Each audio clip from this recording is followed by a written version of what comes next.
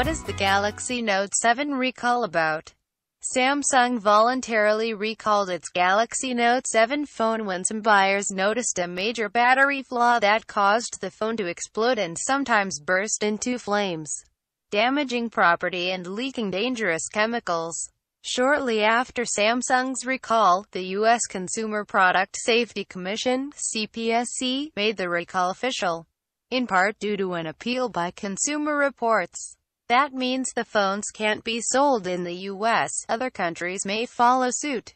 Certain airlines are blocking use of the phone on board planes as well. Although Samsung says small number of devices experienced a problem, initially 35 of an estimated 2.5 million made, the nightmare keeps worsening with new reports of explosions.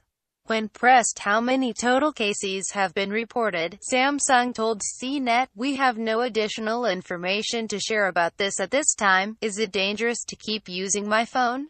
Is it possible that my Note 7 will spontaneously combust?" Yes, instances of fire and bodily harm are still coming to light. If you own a Note 7, you should power it down immediately and seek to exchange or replace the phone. See below. Really, though, it feels fine. You really need to return the phone. Turn it off. Now, what should I do if my phone catches fire? If you can, douse the flames with a fire extinguisher or baking soda. Water will help, too, if the phone isn't plugged in.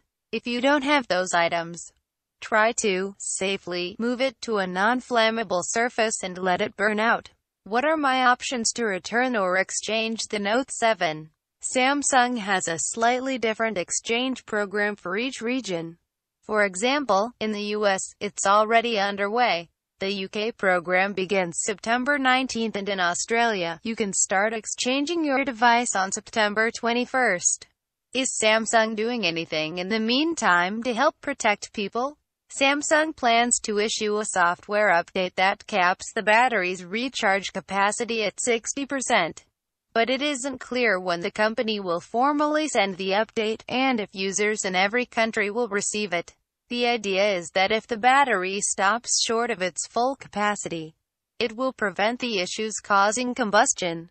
Is there anything I should do to ready my phone before turning it in? First, you'll want to back up the device. Here's how. Depending where you bought the phone, you can take it to your carrier or retail store for more help saving and transferring the contents to a new device before wiping the Note 7 with a factory reset and retrieving the SIM card. If you bought the phone directly from Samsung.com, you'll need to call into your local Samsung customer service for more specific instructions on mailing and returning the phone. How long will Samsung give full refunds on the Note 7?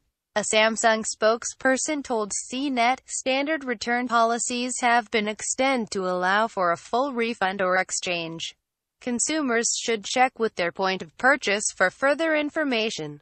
We are asking owners to power down their Note 7 devices and exchange them today. In other words, the return window is unclear. A customer service representative on the U.S. helpline also couldn't share a specific cutoff time with me.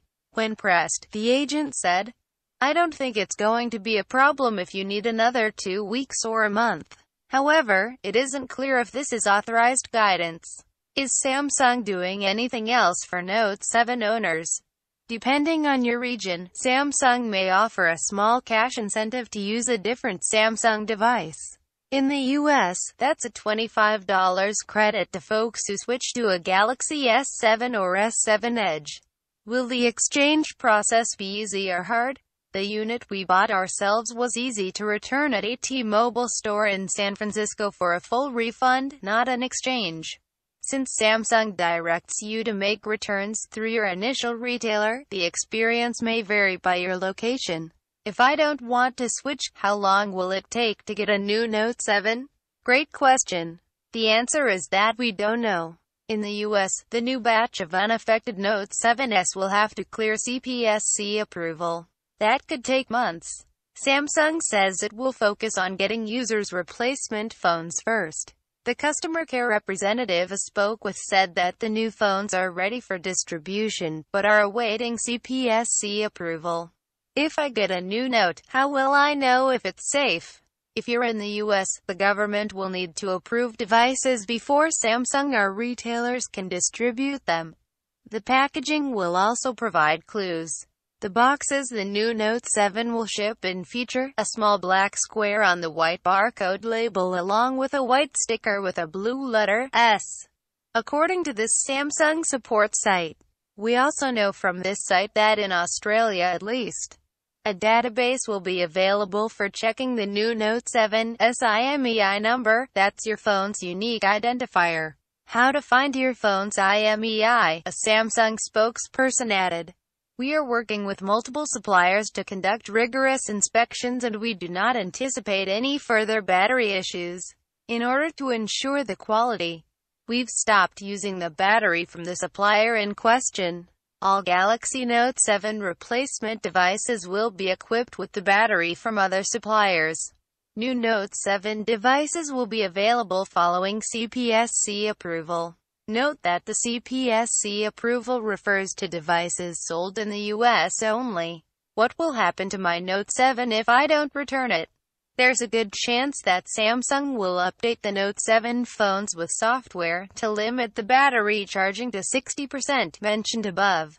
There's also a rumor that Samsung will remotely deactivate phones that aren't turned in, though Samsung hasn't officially stated that it will or won't do this.